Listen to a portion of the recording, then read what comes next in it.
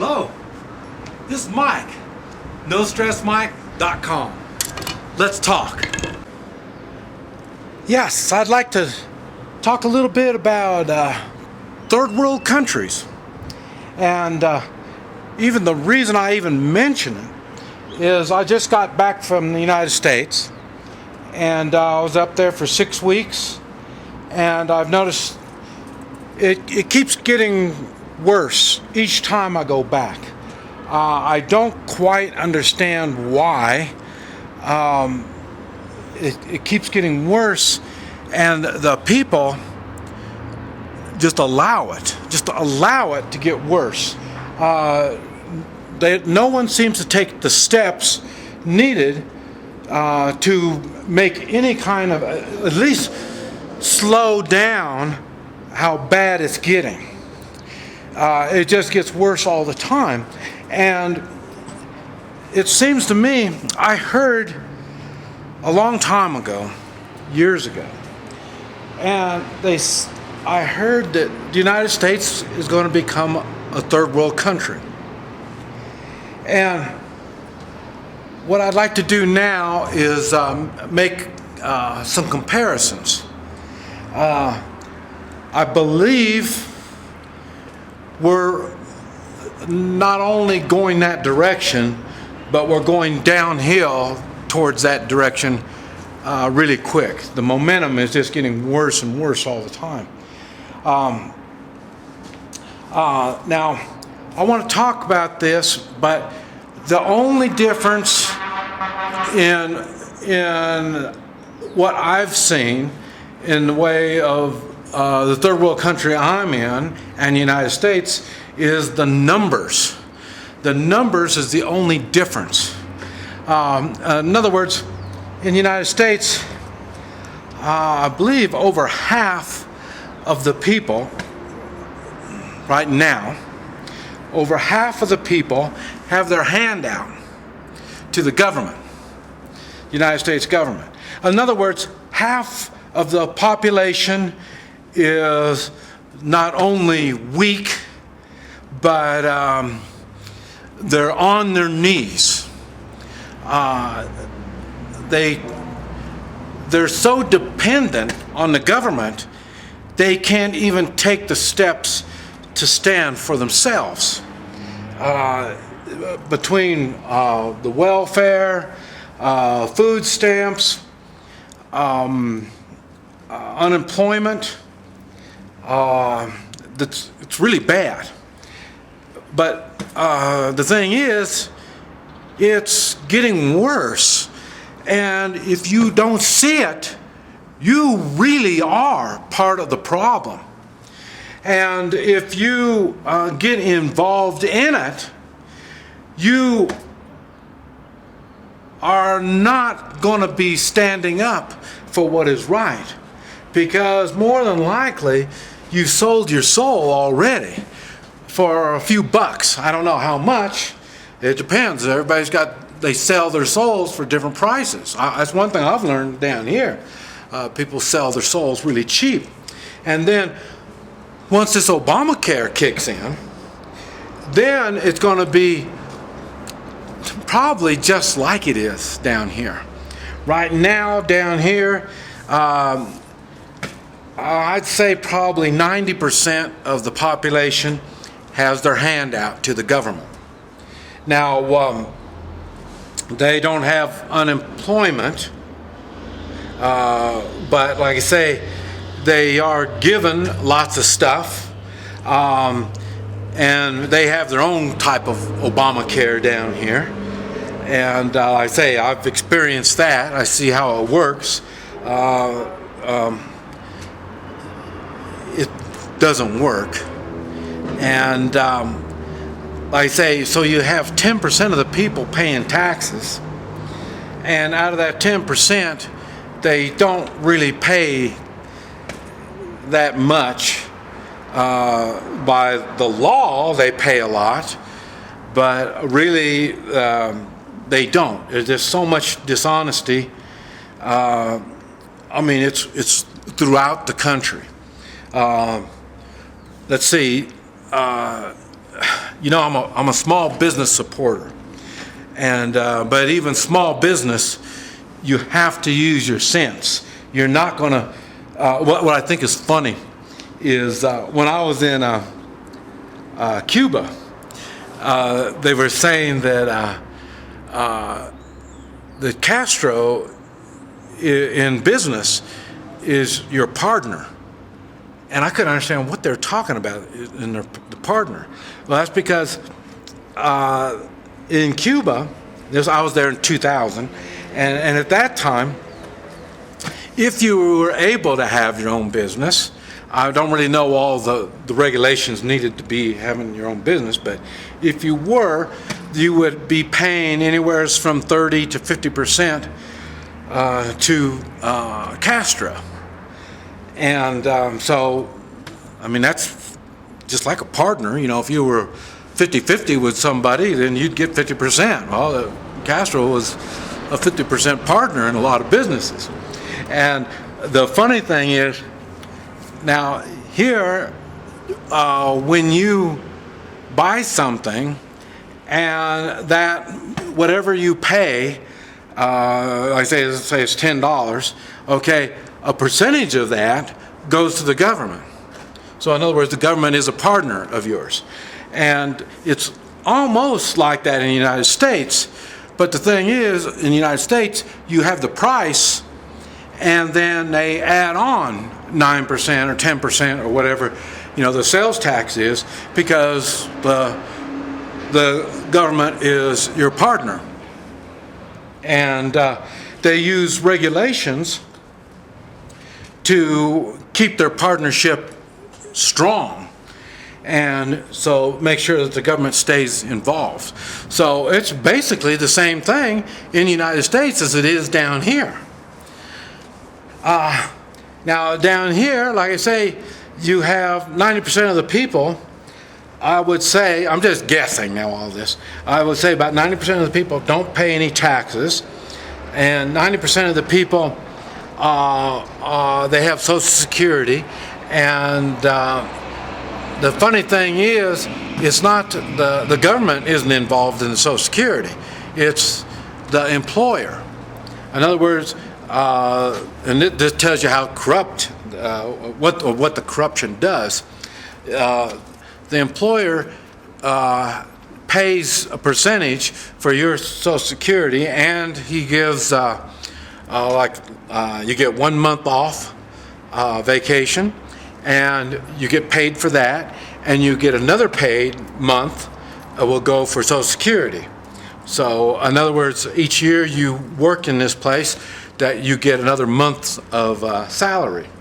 And like I say, none of this has anything to do with the government, other than the government is the enforcer, the collector. I mean, the government doesn't put up any of that money.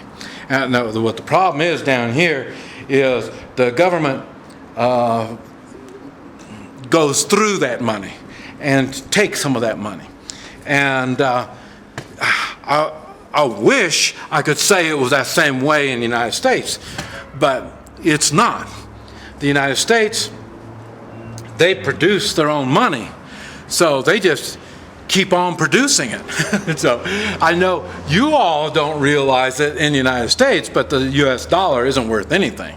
And down here, everybody tries to avoid it all the time. Nobody wants it.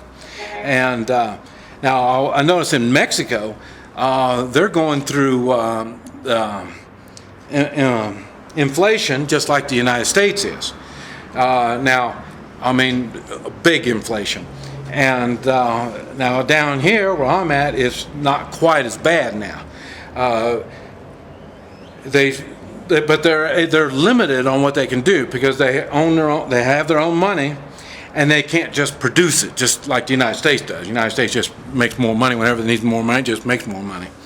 And so they use, the United States, instead of stealing money, they allow themselves more money so they can screw it off and hurt the country more. Down here, they just steal the money. So this is some of the stuff that you can see It's obvious. And I always say things are obvious down here. It's the same thing that it's in the United States, but it's more obvious. Now, it's funny because, yes, the poor people here make about $200 a month. So I used to think, well, that makes them the third world country because of that. And that's not quite, it's not how much money and what you do with this money. This makes you a third world country.